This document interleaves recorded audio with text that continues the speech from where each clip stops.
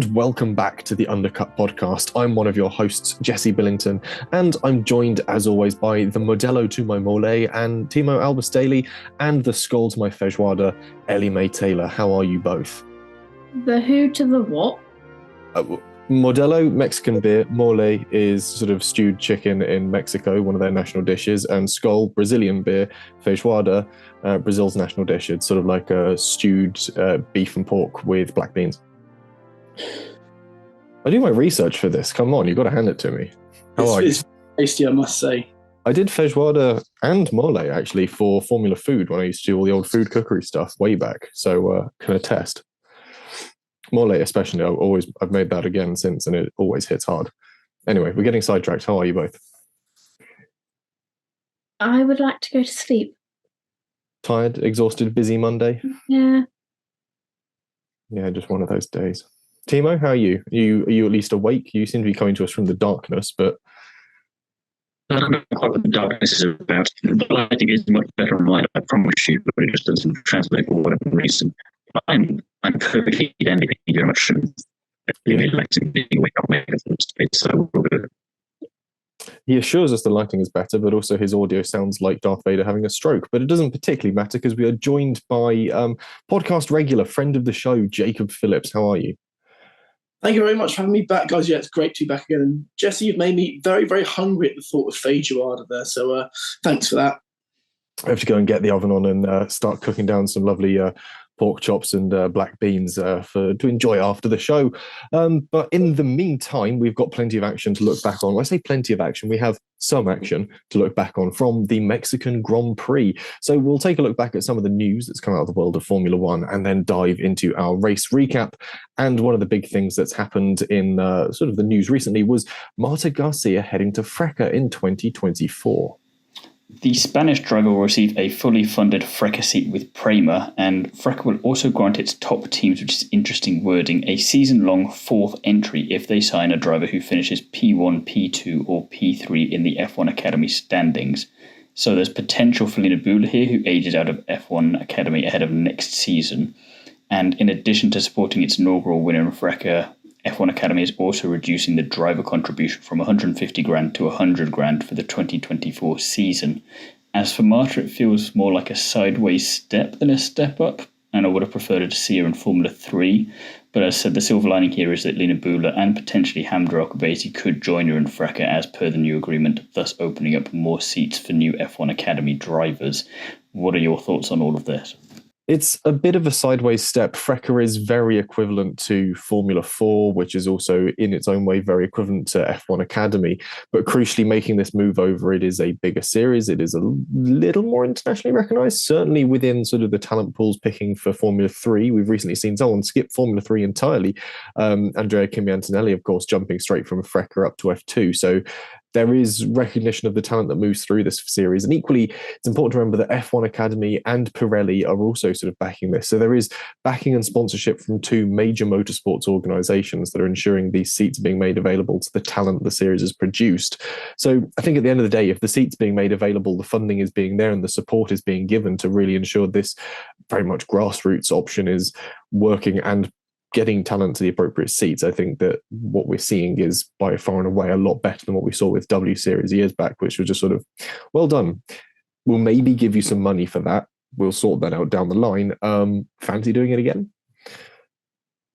Yeah, obviously F1 Academy is still in its early stages. There's a lot still to be ironed out in teams in terms of pathways for females after they sort of compete in the academy.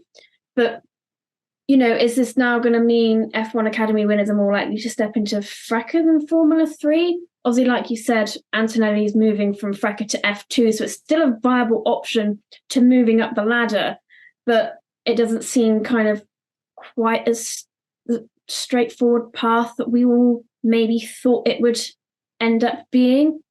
And in terms of sort of that fourth entry for any team signing an F1 Academy driver, it's that for me kind of seemed a bit weird. It kind of seems like they're almost saying a female driver is sort of almost less than their male counterpart, so they have to compensate by giving the team an extra seat. I don't know, I thought that was a bit weird. Yeah, I'm quite glass half full of this, really, sort of echoing what Jesse said. The cars, I think, in FRECA are very similar to the cars we'll see in the F1 Academy, the sort of Formula 4 standard. And I do think, like Jesse said, it's a bit of a sideways step, really. And I did hope we'd see a linear path from F1 Academy up to F3. And, Garcia's been around quite a long time now, around in the W Series as well. And we know what she can do. So it's a real shame that some team in Formula 3, there's 30 seats for a reason, to try and get some drivers obviously up the ladder. And it's a real shame that no one's taken a punt. And I really hope that it's sort of the one season and done up to F3 for her, but that remains to be seen, I think. Equally, we've got the same teams in FRECA that we have in F1 Academy, in Formula 3, Formula 2. So there is this sort of fluidity between a lot of them. You've got your Van Amersfoorts, Prema, MP Motorsports. They're all kicking around. So there is hopefully going to be this conversation between teams and outfits, understanding where the talent lies and who are the people to look out for. But I mean, if you look at the FRECA running this year, there was one female driver in it running with Kick Motorsport, and it was Maya Wieg, I think is the Ferrari junior driver, Dutch driver. And I don't know how her season went, actually. Check some notes.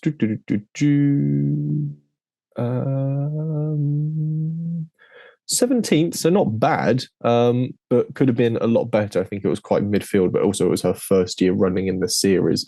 So, mixed bag on that front. But it's a step in a direction, and it's crucially not a step backwards. And equally, we're seeing drivers being offered opportunities within motorsport. In the case of, I want to say, Megan Gilks, the Canadian, who is going off to Aston Martin as sort of an engineering and sort of, not directorial role, but sort of she's got a role within Aston Martin Racing, not necessarily as a driver. She wants to pursue more of an engineering side. So the opportunities are coming and the talent is being recognised. I think it will take time for that whole process to start trickling upstream, as it were. But it's a good start we're off to. And equally, in other feeder series and junior driver news. One more point, go on. Yeah, I was just wondering, what's the sort of entry money difference between, like, how much do you have to pay to be in FRECA in comparison to Formula 3? Do we think this is perhaps a financial issue? Or sort of funding? F3 is more expensive. I'm not 100% sure how much, but I think it's a decent chunk, and I think that's probably why they've brought FRECA down for any F1 Academy drivers to similar to what it would be to get into F1 Academy there, so that they can move between the two of them a little easier, and then potentially, if you do great in both of them, it should help you raise the difference in funds that you'll need to get into F3 until they figure out how to make that less, I suppose. So FRECA, I think it's a few $100,000 to get into. I think it's 150,000, which is what they've promised Garcia for her win this year. They're dialing that back to 100,000 next year, but I think Pirelli are chipping in some additional costs. So it will, in a sense, be a fully funded seat. So FRECA is about 150,000 to get into. F4 is about 150,000, and an F3 seat starts at about 600,000. There is a big jump, but usually by the time you're getting into Formula 3, you've got sponsorship, you've got teams aware of you, you've got other positions that are helping sort of bankroll that move. So I think crucially this FRECA move is valuable for getting these signings for sort of sponsorship awareness and so on and so forth, moving from there, and then probably not going into Formula 4 after that, going into Formula 3 following on from it. So we'll see how Garcia does this year, and equally if there are any other drivers that make the move as to what impacts are made there. And equally, we've already got Maya Wieg in the series. Be great to see how she balances out against them, whether the two talent pathways provide drivers of different skill levels or different approaches to the series. But I'll go back to the point that I sort of abandoned to give Ellie May the final word. Luke Browning has completed his Aston Martin test at Silverstone. Browning won the British Racing Drivers Club Young Driver of the Year award, and with it, a test at Silverstone with the Silverstone-based outfit of Aston Martin. Luke covered some 240 kilometres in the testing session in AMR 21. He quoted, "It was a little boy's dream come true, and it was just as fast as anyone might think it could be. absolutely ballistic. The power, brakes, and high-speed downforce were just incredible. I'm truly lost for words. Although I knew this day was coming, it didn't sink in until I walked into the garage and saw the Aston Martin F1 car there with my name on the halo. And that has to be a fairly immense moment, to walk into a garage and see an Aston Martin or a F1 car with your name on the halo. That is certainly something. Browning won the test along with a cash prize of £200,000, full British Racing Drivers Club membership, and a nice Arai helmet and Jordan bespoke personalised helmet bag after beating 3 pre-selected rivals in a 2-day assessment at Silverstone last year in various machinery, including a GT car. So this is run by the British Racing Drivers Club, and this pits drivers against one another in a variety of different classes of cars. So it is very much looking for a all-round strong racing driver, not just a Formula One driver, but it does have its perks because it's sort of backed by Aston Martin, hence the drive.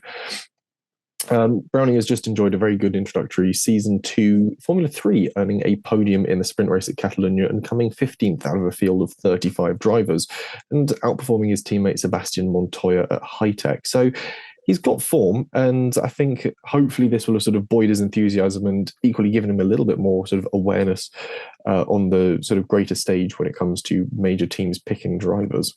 Yeah, it'll be interesting to see how he does in 2024, and it's always good to get a taste of Formula One. There's not too much else to say there just yet. Like you say, he did decently in Formula 3, but again, that could fluctuate pretty quickly from one year to the next. It's very early days, but it's encouraging to see, and it's nice to see Aston Martin giving yet another driver a go in their car. So even if not a lot of them end up joining Aston Martin down the road, at least they can give them their 15 minutes to showcase what they've got, and then maybe someone else thinks, oh, yeah, I'd like to poach them for my driver academy or something over here, and we'll stick you in our Formula 3 or Formula 2 team instead. Yeah, equally, the membership as part of the BRDC gives him access to other members within the club and people that will know people at teams. It's that connections thing of being welcomed into a sort of higher echelon of the racing community. And yeah, it's at that point, it's not necessarily how quick you drive, but equally, along with many things in life, it is very much a case of it's what you know, or who you know, not necessarily what you know. In a slightly different branch of racing, we've obviously talked about tyre suppliers through Formula One, but another racing series has picked up Goodyear as a tyre provider. Yes, Masters Historic, which is a fantastic little classic racing series spanning Europe and America. They've announced that Goodyear will be their long-term tyre supplier, building upon their long-standing relationship with Goodyear-owned Dunlop and Avon brands.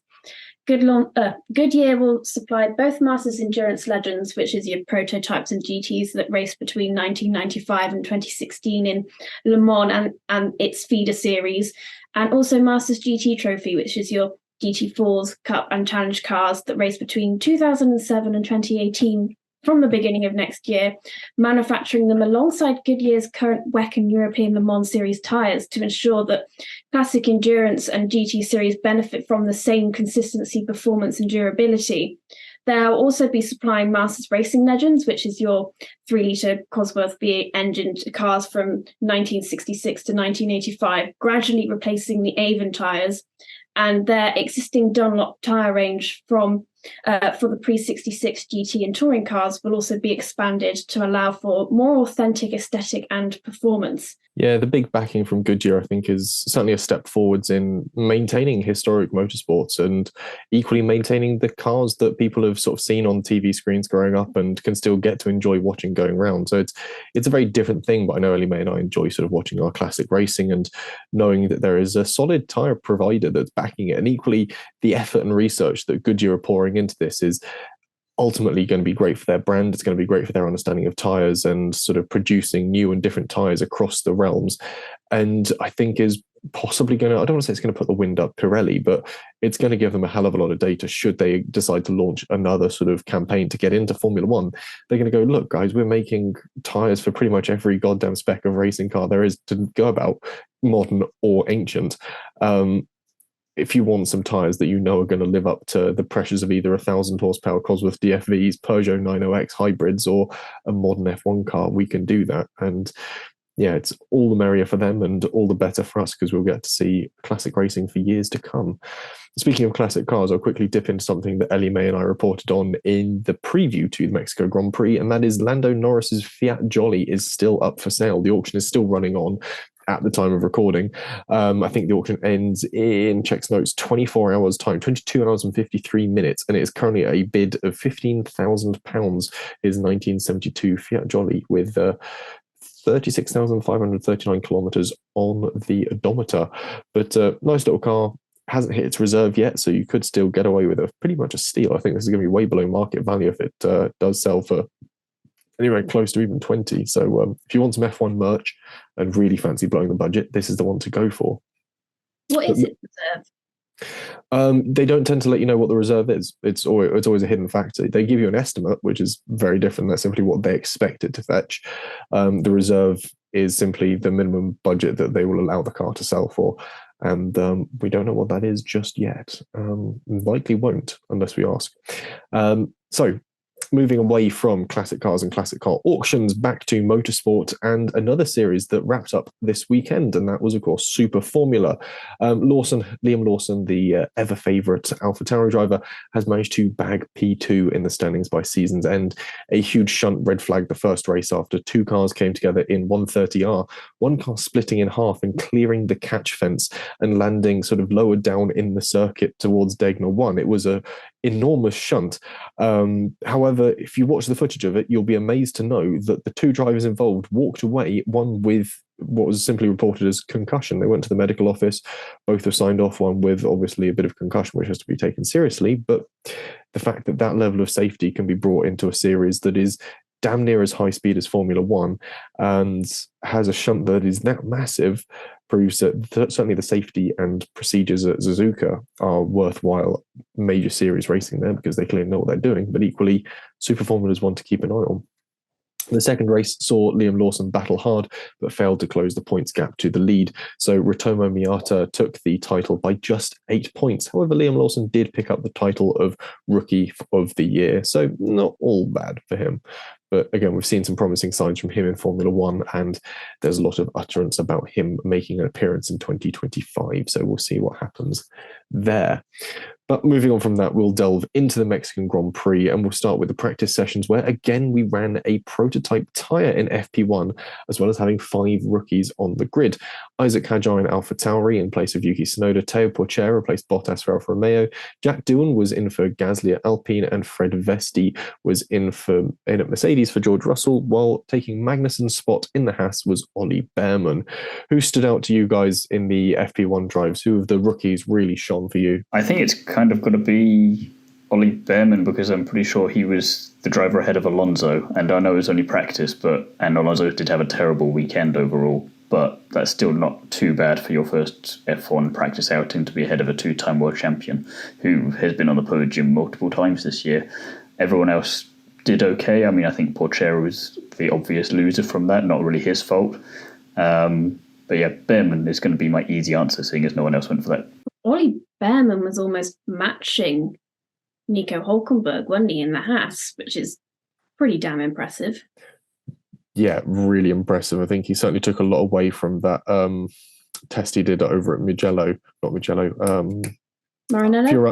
that's the one. And sort of really walked away from that with a lot of knowledge on how to manhandle these sort of big old F1 cars, and put it to use when he was out in that Haas. So it was really quite impressive there. Jacob, who was your standout junior driver? I must admit I didn't watch FP1, so I can't exactly remember the times, but I do remember it was a real shame for Porcher, who never really got any running, so that's a shame. But what I will say is, step away from the times for a second, it's impressive that, all of these drivers, I believe, got through the session without any major incidents. It was, I think, Hadjar's first ever time in an F1 car. And these are the real sort of crucial moments that will sort of get them on the pathway, really. So it was impressive to see them step in what is, very different machinery to F1, more power, more speed. And Mexico is not the easiest track to navigate as well. So, yeah, I was impressed with the general performance of the drivers, really. Mm.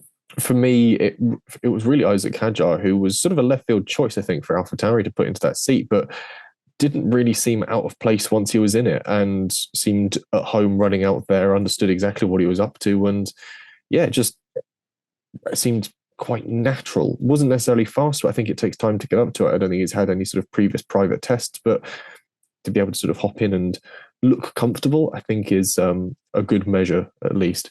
Moving on from the practice sessions to qualifying, where Norris suffered through qualifying, unable to get a time down, and a lot of drivers playing silly buggers, holding up the field in pit exit with no warnings handed down from the stewards, which does seem to be setting a nasty precedent. We've seen this before, most notably back in 2007 with obviously Alonso holding up Hamilton in the pit lane. This is now sort of weirdly started resurging, and I think it's come in with the sort of introduction of this whole sort of maximum lap time thing where you can't dawdle on a cool down lap or an out lap. So drivers are weirdly messing around with it, trying to find gaps by simply waiting at pit exit, and it's causing traffic to build up there. Do we think this is going to get out of hand and cause a major issue sometime down the line? Yes, I do believe it will. And this is the thing with the stewards, isn't it? We get a different team of stewards every week, and there's real lack of consistency sometimes. I think their wording was, when I checked through sort of the press documents from the stewards, that it was better that it happened, sort of the backing up happened in the pit lane rather than the dangerous last sector, which is a very dangerous precedent set because, as we know, the pit lane, as you mentioned there, Jesse, with Hamilton and Alonso, and there's obviously tyre changes, there's people walking across the pit lane, camera staff, whatever else. It's a very, very packed and busy pit lane. So I think it just needs to be stamped out. And when a driver's ready to go, the green light's on. When you leave your pit box and leave your garage, you are essentially going to undertake a qualifying lap. So I think the stewards should stamp it out immediately, to be honest. Mm-hmm. I can, I guess, kind of understand where they're coming from. I guess you'd rather see them in the pit lane, I guess, waiting and rather than drivers fighting on track for position and potentially maybe hindering a driver on a fast lap, which could ultimately lead to bigger repercussions with sort of them crashing or whatnot. Do we want to see drivers queuing in the pit lane? Ultimately, no. Is it kind of the lesser of two evils at the minute? Maybe, but I guess it depends where we go from here. If it then starts creating the issues of drivers can no longer put in representative lap times, then the FIA are going to have to do more about it, and they're probably going to have to be a bit more proactive than just saying, well, I guess they don't know what to do at the minute is the issue here. Which really sums the stewards up, to be honest, recently. Yeah, it's very much a case of don't do that. Well, what am I supposed to do? We haven't figured that part out yet, but don't do what you're currently doing. They're like, great, that is not at all clear.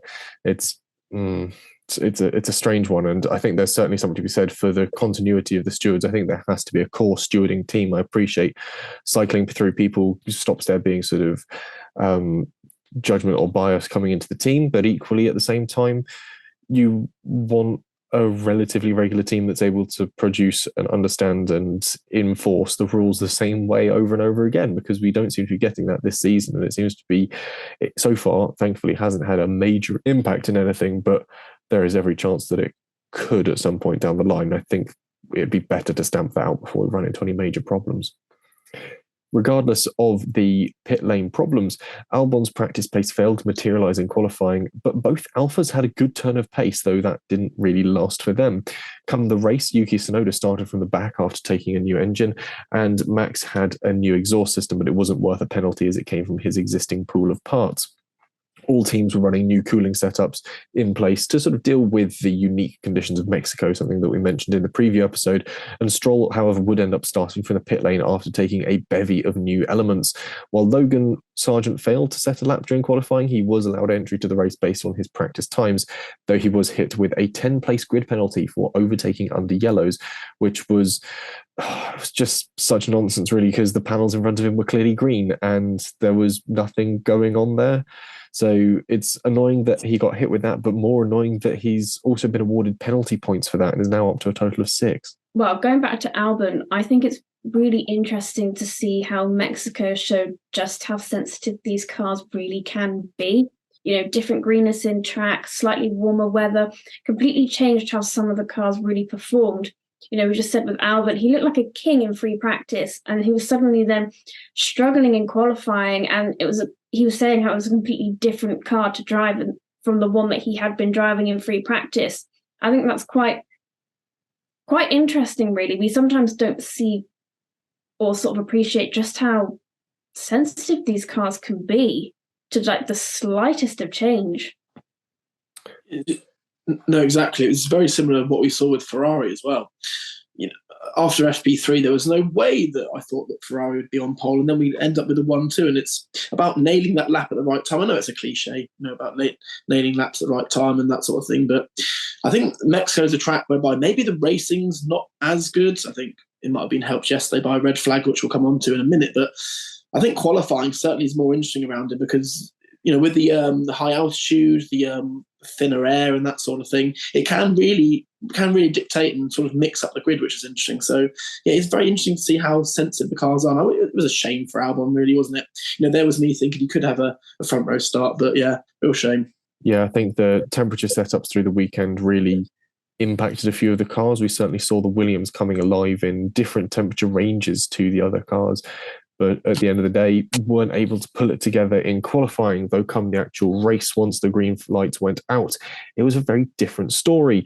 Max took all of 10 seconds really to take the lead come Sunday, sending it to the inside of a bad starting Leclerc and holding on to it. Checo formed the second slice of bread on the Leclerc sandwich and turned in too early on the Monegasque driver, coming off worse and bouncing into the runoff at turn 1. His race over there after barely 800 metres. Leclerc ran on through the opening stint, his front wing eventually shedding the broken end plate. His pace was strong and enough to keep Hamilton at bay. Weirdly enough, once they replaced that wing, he seemed to lose the pace, actually. So I'm not entirely certain what's up with the balance on that Ferrari. I kind of have the same sentiments in that I found it interesting how well Leclerc could manage with a damaged wing. And if you were Ferrari, would you maybe question the aerodynamics of the front wing and how efficient it maybe is? I mean, it could be the case that because it's Mexico, the air is thin due to its altitude, and you don't need such an aerodynamic car to get around the circuit and be successful. But your downforce still needs to be at its highest to get around this circuit due to the thinness of the air. And Sainz was never on the back of Leclerc. Yes, Sainz was maybe playing the long game, but you would think really that Sainz would be quicker in an intact Ferrari and they'd let him pass, but he was just never fighting him. I mean, it could just be the unique conditions of Mexico, but I do think it might be something to do with the conditions in Mexico. We have seen throughout the years, I think we've been coming here since 2015, and I was watching some old clips of previous races earlier and yesterday before the race as well. The gaps do seem to be very, very big. I know Max pulled a massive gap out as well, but that's to be expected with Max in 2023. But the gaps between the other sort of top teams as well. Ferrari had a nice Hamilton had a nice gap over Leclerc, and then Sainz couldn't really follow in. It was helped, like I said, by the red flag, but I do think that we find following's one thing, passing's another, but I think we even find following very hard in Mexico. I just don't, I think because of the high altitude, you can go faster down the straights with the DRS. The closing speed is a lot different. There's less braking zone, if you like. So I do think that maybe it isn't Sainz's fault. I think on his day, we know what Sainz can do. I think it might be, as you say, made down to the conditions of Mexico and the track itself. Equally, it could just be Charles has a more preferable sort of driving style that involves a slightly looser front end. So with that weakened wing and a slightly different balance down the car, it falls more into his hands. Perhaps the natural setup of that car favours perhaps more Sainz, or just doesn't really favour either of them. Certainly in Mexico, it didn't seem to in its standard setup, apart from in qualifying. But regardless, Verstappen pitted early after a VSC, which was flown to collect some debris. And it was pretty much a bold call to make the hards go that long, because they'd only really done a lap less the previous year with Sebastian Vettel and Aston Martin. So it was a big ask to get the hards to go that far. But equally, I don't think Max was really going to be pushing those tyres to the limit the entire way through that race. So you say it was a bold call as well, but considering the championships are both wrapped up at this point for Red Bull, they can afford to take these kind of risks occasionally now just to see what kind of data they can get from it, which might be applicable next year or whenever really. And it's just maybe a bit of a fact-finding mission, and also the fact that if anyone could do it at the moment, it's probably Max. Annoyingly, I have literally just made a note of the lap, maybe prior or on the lap that Kevin Magnussen crashed, causing the red flag, that Verstappen was actually 16 seconds already ahead of Leclerc in second. So, was it Leclerc in second? Yes. Yeah, at that point it was. Yeah. So I think by the end of the race, he probably would have had, or near the end of the race, he may have had a free pit stop if they thought the tyres were an issue and that they needed to pit him. Yeah, it was very much sort of a dominant drive and one that was almost in a good way data collecting for Red Bull. However, it didn't really pan out that way because Magnussen's rear toe link failed on the left-hand rear wheel and essentially spat him off through the S's and into the barriers with the rear brakes catching fire post-crash. A red flag period was utilised to fix the barriers and clear away the debris and the foam from the fire extinguishers. Restarting on the hards was a bold call for the Ferraris, and ultimately they didn't have the pace to fight a field that had swapped back to mediums. Piastri and Tsunoda would then come together after the restart, Piastri defending the inside line into turn one, and Yuki trying it around the outside but suffering a Perez and turning in too early going around. He recovered it well and set off after the pack, and we'll get back to Tsunoda later because I think he had quite a good weekend, all things considered. Ocon and Gasly would swap positions to allow the number 31 car a fight with Hülkenberg up ahead. Ocon eventually making it past despite a very bolshy radio call, which was quite funny. The Haas resorting to type and eventually chewing through its tyres by the end and tumbling down the order. Prior to that, Hülkenberg had been having a fairly all-right drive. It seems like the upgrades to Haas get it somewhere, but not entirely all the way through a race. Alonso would retire with damage sustained by debris, and Lance would also retire after a spin from Bottas in the baseball arena. The majority of the race was just Lando blasting through the field. Danny Rick would catch George by the final few laps, though shoddy TV direction made it tricky to ascertain how close he got to the Brit.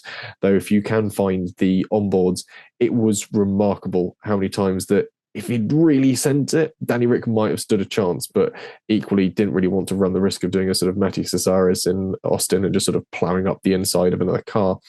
The majority of the race, though, sort of flew by really, and eventually Verstappen took the flag with a big lead over Hamilton, and Leclerc rounded out the podium. It's probably the most frustrating TV thing for them to do, to cut away from the Ricciardo battle since that whole Lance Stroll business in Monaco a couple of years ago. It's like, why are we cutting away now? We really want to watch this. I know it's Max coming over the line, but we know we've seen him win so many races this year. Can we focus with a bit of interesting racing going on? It was really frustrating to miss that.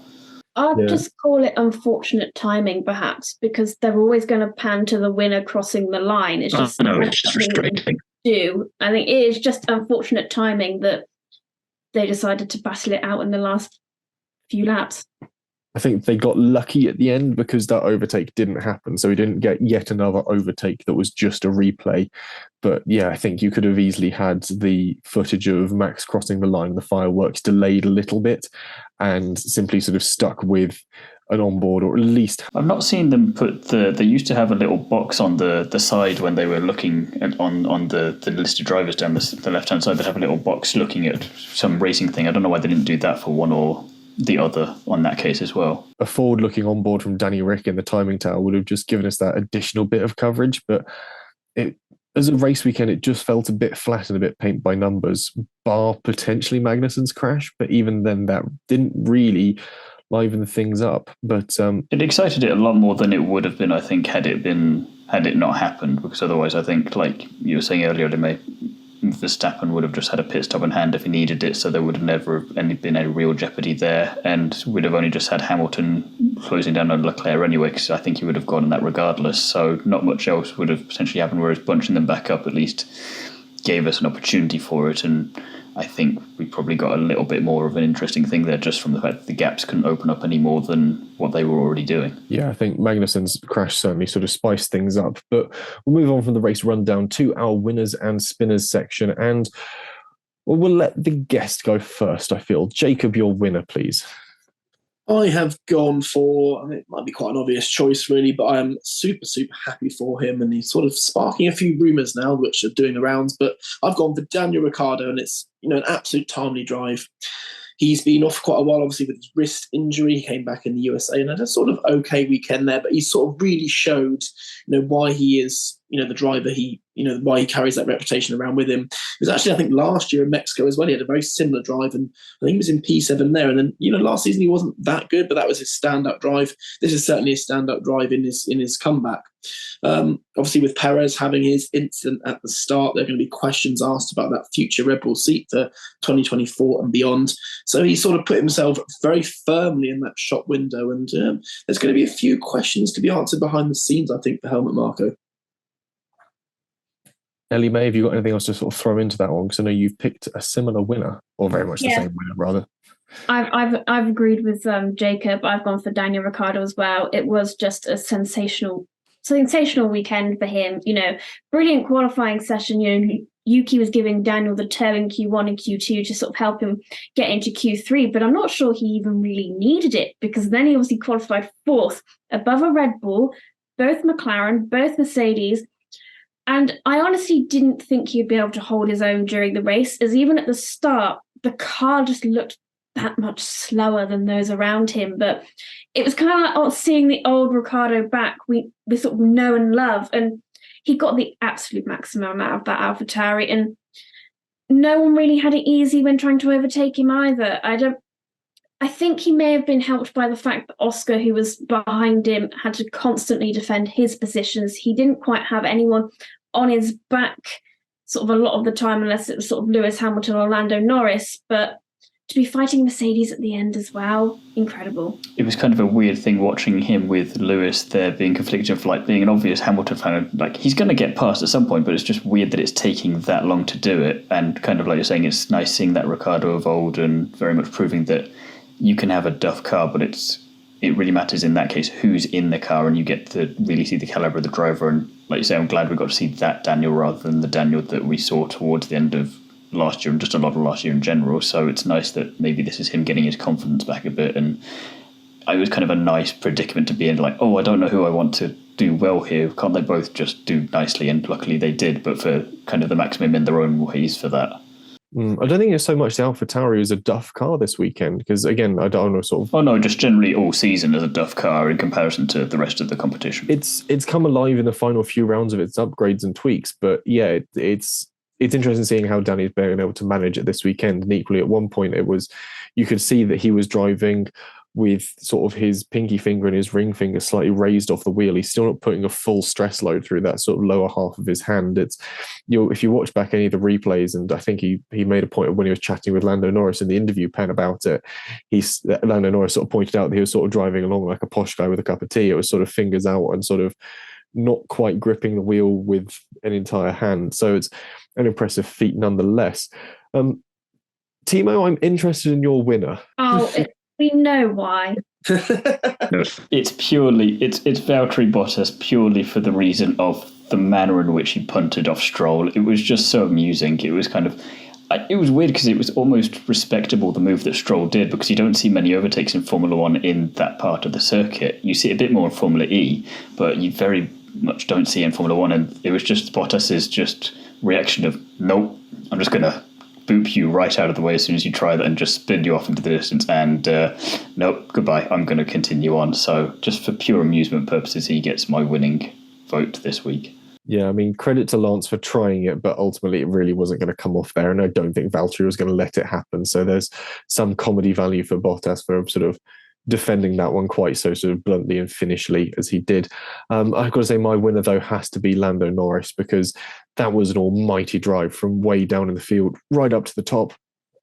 And yeah, I think had it not been for that badly timed red flag and he got a better start off the second start, he would have been absolutely well up into that top five. And especially when you compare that to the relatively mediocre but nothing sort of painful performance from Piastri, this is all of a sudden Norris again really showing his true racing form. And yeah, it was a good weekend to be a Lando Norris fan. Even if Saturday was a bit rough, Sunday was a fantastic day to just watch some sublime racecraft from a guy that knows exactly what the chassis under him is doing and how it's going to react into every corner he sent it into. His charge against George Russell was absolutely perfect, and he sort of spent a lap or two watching, seeing where George was defending, charging up his own battery, getting ready to make the move, and knowing that if he did it sort of going through that sort of into the middle sector, it was going to be harder for George to really start coming back at him. So it was really wise from Lando, and a drive befitting of someone that really should be getting on for a win sometime soon. It's just fate seems to always get in the way for the poor boy. Meanwhile, in the spinners section, I'm going to start with Ellie May. I've gone for Haas because they're now at the bottom of the team standings with, I don't think, any real feasible way to leave that bottom step. Hulkenberg obviously wasn't in a bad position. He was in the points for a lot of the race, but that Haas just cooks its tyres and they can't stay up there. I'm now kind of wondering how long Gene will keep this team running for. You've got prospect teams knocking on the door, wanting to enter F1 with no luck. It wouldn't surprise me if they turn up to Haas and give them a proposal to sort of buy Gene out. Yeah, I think time is tight for Haas at this point in time, and they've got to start showing some promise before someone else comes in. There's all sorts of rumours fluttering around the paddock at the moment about potentially Audi pulling out of the Sauber bid and other manufacturers making a move into it. Whether or not that actually happens, or whether or not a manufacturer comes in and buys out Haas with the promise of actually doing something with that very respectable sort of 10th place in the field, something that might be sort of very valuable should all of a sudden Andretti get turned away. But yeah, there's a lot of unused promise there. And bear in mind, at the end of their first season in the sport, they finished 5th, and now they're unable to even fight for 9th. This new upgrade was obviously meant to make them, the Haas, cook their tyres a little less. And whilst it may have made some improvement, it hasn't made enough improvement because Hülkenberg just fell down the order near the end. Yeah. Hülkenberg hasn't had points now, if you exclude the sprint, since Australia. I think the sooner Gene Haas sells that team, the better, because for me, they show the least amount of ambition of any of the 10 teams on the grid, and they have done for quite a long time now. So they've got a long way to go, I think, before we can start considering themselves back up to the heady heights of 2018 when they finished 5th. He's not going to enjoy listening to this episode. No. I'll go for my spinner quickly, and it's a fairly obvious one of Aston Martin. They have gone from having an absolute rocket ship of a car that Alonso was sort of putting on the podium each weekend. We got to Spain where he said there wouldn't be a weekend where he wasn't on the podium from there on out. He was threatening wins, and nothing's happened. And the car has slowly gotten worse and worse and worse. And while it's now been overtaken by McLaren, unless we have some really good races from Alpine, they've got a bit of a sigh of relief at the moment, but it's still not sort of clear to the end for the team. So yeah, it's just a pretty shocking weekend for Aston Martin, with one retiring with damage and the other retiring just simply because he got spun out. It's not what you want to see. You say slowly sort of falling off there down the order, Jesse, but I can't remember a fall off that dramatic. I mean, even up to, I think it was Zandvoort and Monza, they still had a very competitive car, and we're only a month and a half away from that now. So I don't know really what's going on, if the upgrades haven't worked or there's a lack of motivation in the team. But yeah, they've sunk like an absolute stone. For a lot of the reporting I'm hearing is saying that it's been upgrades that just haven't worked. They've had upgrades come in and it's taken them down a pathway that just hasn't been useful. We've seen the Mercedes go for a sort of a new upgrade package, and it's very much revolutionized that car. We've seen that performance, certainly with Hamilton, and the way that he's been able to sort of click with it, and that new sort of downdraft setup going through the side pods and into the floor, it works. Aston Martin just hasn't been able to figure out how to make it work, and they're going to be looking at something new for the AMR 24, but equally they're going to have a little more wind tunnel time, but they're not going to have quite the same budget to do with anything. So we'll see what happens for them. Jacob, apparently their wind tunnel data, wasn't it, that has sent them down the wrong path, and it's not their wind tunnel that's up and running yet, is it? Who are they? Are they using Mercedes? Who are they using? Is it Mercedes? Mercedes or possibly Williams, because they're both around the corner from each other. It's unlikely they're going to be going to Red Bull for it, but yeah, it's not great for Aston Martin. Jacob, I'm going to go to you for your spinner. I've gone completely sort of left field to something completely different. I've not even chosen a driver, I've not chosen a team, and I've not really chosen a sort of personality within F1 either. I've gone for something that I saw at the end of the race, just scrolling through Twitter as you do, sort of catching up on all the rumours and gossip and, just scrolling before bed, really. And something that really upset me in a way, is two fighting fans, or I think it was a group of fighting fans who happened to be Checo fans, who were sort of launching a physical tirade on what appeared to be a Ferrari fan. Now, this is something that wouldn't be out of place at a 1980s football game. I have a season ticket to my local football club, and although football has that reputation, I haven't seen behaviour like that this season. So, yeah, very worrying. And motorsport for me was, even when I went to Spa last year, I don't know if you found it when you went to Monza as well, Jesse, but there was a real sense of community. You could sit next to someone. I wore my Ferrari gear. I had a Mercedes fan next to me, and there were sort of Williams fans down in front. And when one driver sort of retired or crashed out, there was no mocking, there was no jeering, that sort of thing. And when Hamilton, I think, crashed at Alonso in Spa, there was no hate on any of the particular fans. But I don't know whether it was maybe a bit of nationalism there because it was Mexico. I don't know. It's hard to say, but that sort of behaviour really isn't acceptable, anywhere really, certainly in sport. But it showed me that it's sort of that football mentality sort of creeped its way into F1, which I don't know if it's a Liberty Media sort of, not Liberty Media, sorry, Drive Survive thing since then. I don't know, but I think F1 have come out, Liberty themselves have come out and said, if it happens again, or certainly those fans anyway, will be given a life ban, which is, the minimum I think that should happen there. I think with this one, the reports I'd seen were it was a group of Checo fans that had sort of beset upon a Ferrari fan. They obviously saw that Charles Leclerc was the one to bear the brunt of the fault when it came to that lap 1, turn 1 incident. And wrongly so as well. Checo did sort of hold his hands up and go, it was a racing incident, which I think is the most partisan line he could have drawn at that point in time. But equally, yeah, it's behaviour that's not becoming of the sport. It's behaviour that I've not seen a race weekend that I've attended. Any of the Silverstones, didn't see it in Abu Dhabi and didn't see it in Italy. Even when Ferrari was having a torrid time in Italy, you didn't see the Ferrari fans really sort of setting on the Red Bull guys. There were words thrown around and clearly there was an atmosphere, but it never got to fisticuffs. There was still a respect between people.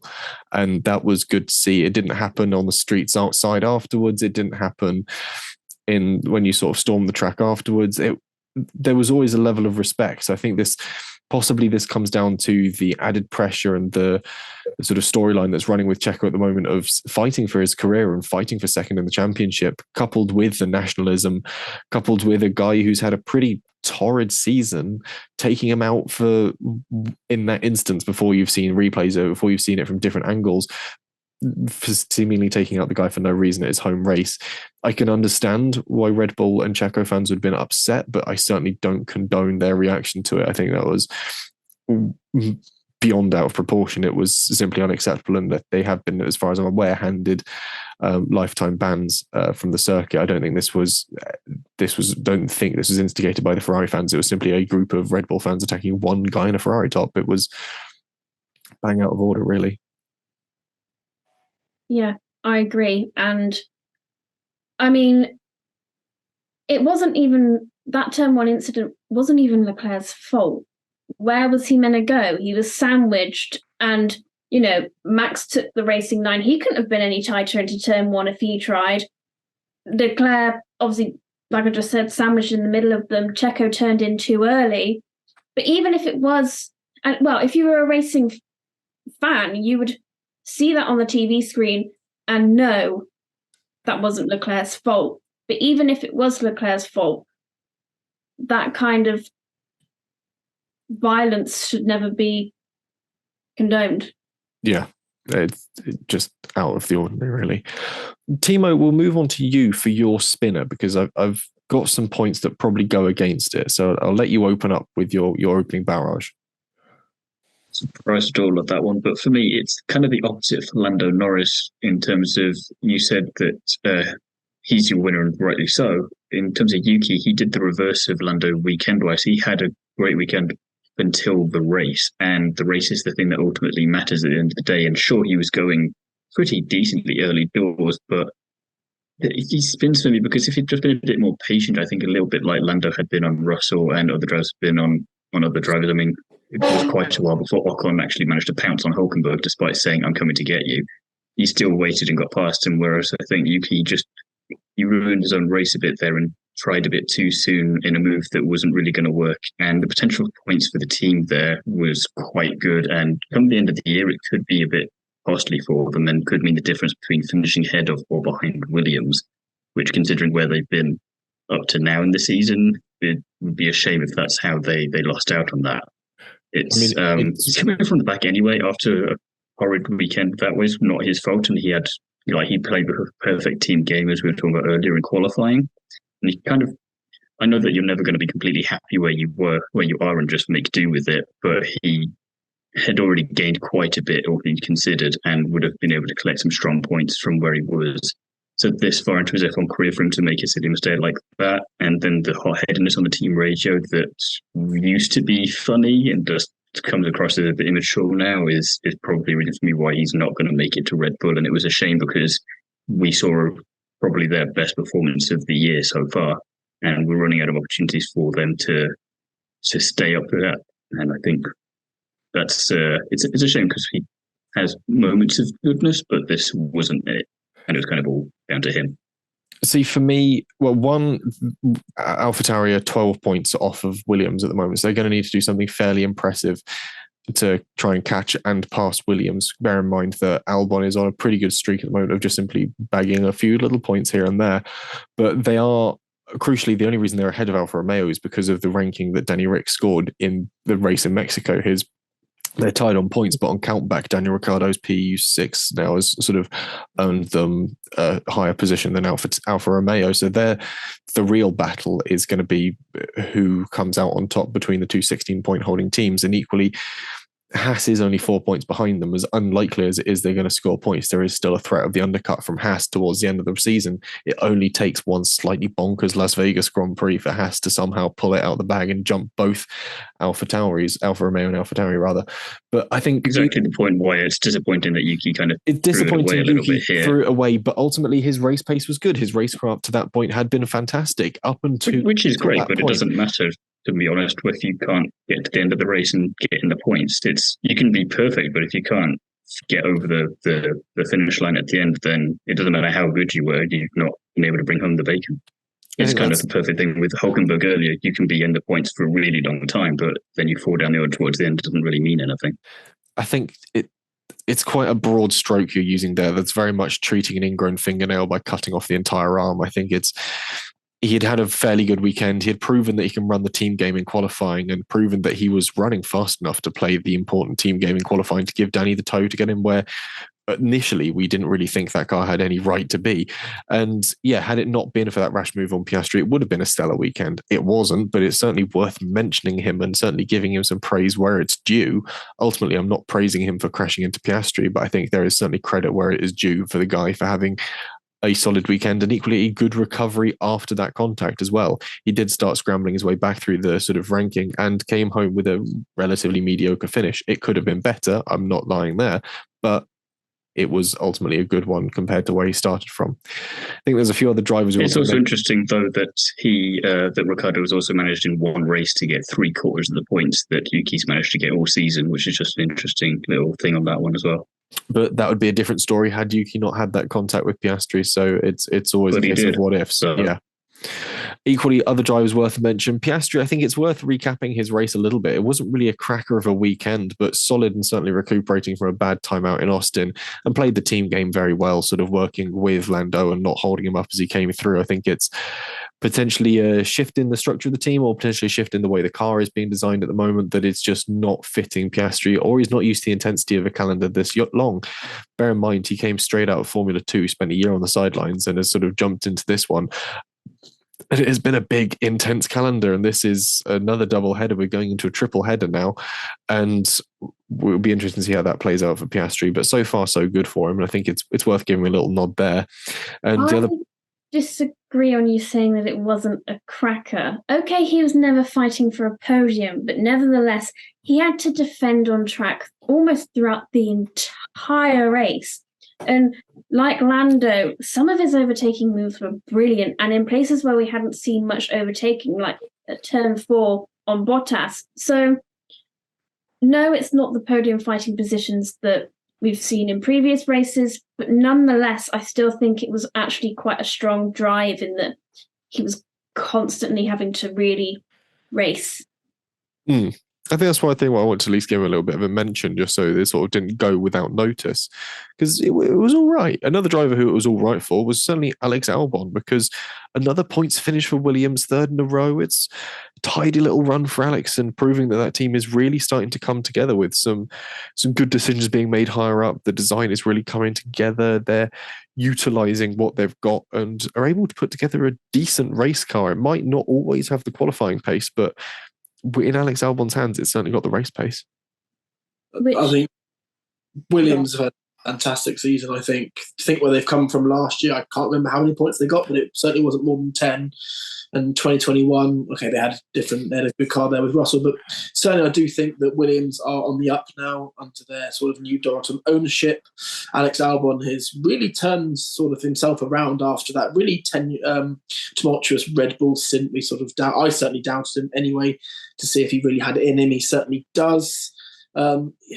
He has carried the team slightly this year in terms of points, although Logan is getting up to speed now, I'd say. But I do think that a track, for example, like Las Vegas could be very good for them as well with the long straights there. So I would love for Williams to hang on to that 7th place. I think it'd be a good story for not only Williams, but the sport itself, because it's such a historic name. And, I'm becoming quite a bit of an Alex Albon fan, actually, after criticising him all those years ago. So it's really good to see him in the points again. And, yeah, a very good story, I'd say. Williams 1-2 in Vegas. Yeah, I'd take that. So Sargent first, then Albon second. Who knows? We can bring. Yeah, I mean, last year Williams scored 8 points all season long, and at the moment as a team they're currently on 28 points, with the vast majority of those being scored by Alex Albon with 27, obviously 1 point to his name, Logan Sargent. But yeah, it's a good turnaround for Williams, and we like an underdog story. Anyway. So Sargent is now 21st in what should have been a 20 driver lineup. Yeah, he's still ahead of Nick de Vries, though, so he's not doing too bad. Well, if he falls behind Nick de Vries, I will be worried. Yeah, if he somehow pulls that one off. Anyway, we'll move on to our next section, which is a predictions review, and not a very high-scoring weekend when it comes to our predictions. No points for anyone apart from Thiemo and Ellie May predicting a Verstappen win. So, yeah, we're very proud of ourselves for that one, aren't we, Ellie May? We really pushed the boat out. Yeah, you'd think about that one. Mm-hmm. I was really bold. Well, as soon as Charles got pole, I knew it was a certainty. Yeah. In the bag. Is it now 10 Charles poles to max win conversions, I think? I think it might be 11. It's more and more depressing the longer it goes on for. Yeah, it's not a statistic that any Charles Leclerc fan is happy to have. Anyway, we'll move on from our predictions to something where at least I've been a lot more successful, and our Fantasy F1 League, where in Mexico I had the 2 highest scoring teams, go me, BRT Yamaha and Jaffa Cake Racing, topping the league on the Mexico weekend with 291 points and 263 apiece. Third place goes to Francisco Rhodes with 257 points. EMT Racing just outside the top 3 on P4, and on the Kerbs edging it into the top 10 with P9. Overall, though, the standings I don't believe change. Alex H9V2, 5,650 points. Francisco Rhodes, 5,501 points. And Alex H9, 5,418. EMT Racing, meanwhile, is in P8. Midbeds Racing, P10. On the Kerbs, P12. Liam, I love you, P34 with 680 points. So still all aboard the struggle bus for Liam, I love you. Don't know whose team that is, but congratulations for them for sticking it out. Jacob, have you been paying much attention to your fantasy teams this year, or have you just sort of set them up and let them go? Do you know what? I've sort of put them to one side this year. I did focus on football fantasy last year, actually, where I won my local league for quite a bit of money and a nice Premier League trophy, but that's a different point from the day. So, yeah, I've really not paid any attention to any of my F1 fantasy this year, that's for sure. Any other final points to chuck out there into the ether before we wrap up our review of the Mexican Grand Prix? Not really anything more to say, but I would say if Mexico was to be removed from the calendar, I wouldn't be too upset. No, I like it for its history, but otherwise it's not produced a particularly exciting race for a little while. Jake, have you got anything that you'd like to throw out ahead of the Brazilian Grand Prix? We'll give you one sole prediction as to what's happening. Ooh, you've given me one. I mean, I can think of a few things that could happen. It is Brazil, after all, probably my favourite race of the season. I think it's my favourite track as well. One thing that's going to happen there is, do you want it crazy, or you do like crazy predictions? Oh, we love a crazy prediction. Go on. Max Verstappen's not going to win. I mean, that is technically quite crazy for 2023. Yeah, no, that is up there as a prediction. We'll take that. So that's a perfect point to end on. Jacob Phillips suggesting that Max Verstappen will not win the Sao Paulo Grand Prix next weekend, or rather this weekend when this goes out. That is all we have time for on this week's episode. Thiemo, where can the people find you? You can find me over on Is It Fast on the Kerbs, the Nitro RX podcast, Paddock Sorority, and Instagram, where there's a flurry of new content there each and every week. Fantastic. Jacob, where can the people find you? You can find me on Twitter at JacobPhil18, down the pub for real, or on the Kerbs pub chat, where me and Thiemo talk some fairly juicy topics in the world of F1, and we share a virtual pint. Lovely stuff. Ellie May, where can the people find you? You can find me over on our Instagram page where I make the graphics, or on our TikTok account. My lights have just dimmed. Oh, a bulb's gone out. Oh, fantastic. Well, it's just about lasted the entire podcast. And I've been Jesse Billington. And if you want to find more of me, you can find me on Instagram, Twitter, and TikTok as at Jesse on Cars, and at Classic Car Weekly, where you can pick up the next issue, which will have a lead feature from me in it, pitting the Austin Allegro against the Volkswagen Golf Mark II. On that, Yeah. I was watching. Sorry, the cat's trying to attack my cable. I was watching Richard Hammond's Workshop. I've just started it. I'm on the second episode. And guess what he was reading? Classic Car Weekly. Yeah. Yeah, I noticed that when I watched the series back before doing an interview with him, and I was like, hello, I recognise that. That's the events section from Classic Car Weekly. That's my work. Well, it probably wasn't my work because that was filmed before I started, but the point remains, I did ask him about it when I met him. I said, do you still read Classic Car Weekly? He goes, yeah, I pick it up every now and then. It's a good little paper. I'm like, champion. Anyway, that's a perfect point to end on. We'll be back with the preview for the Brazilian Grand Prix.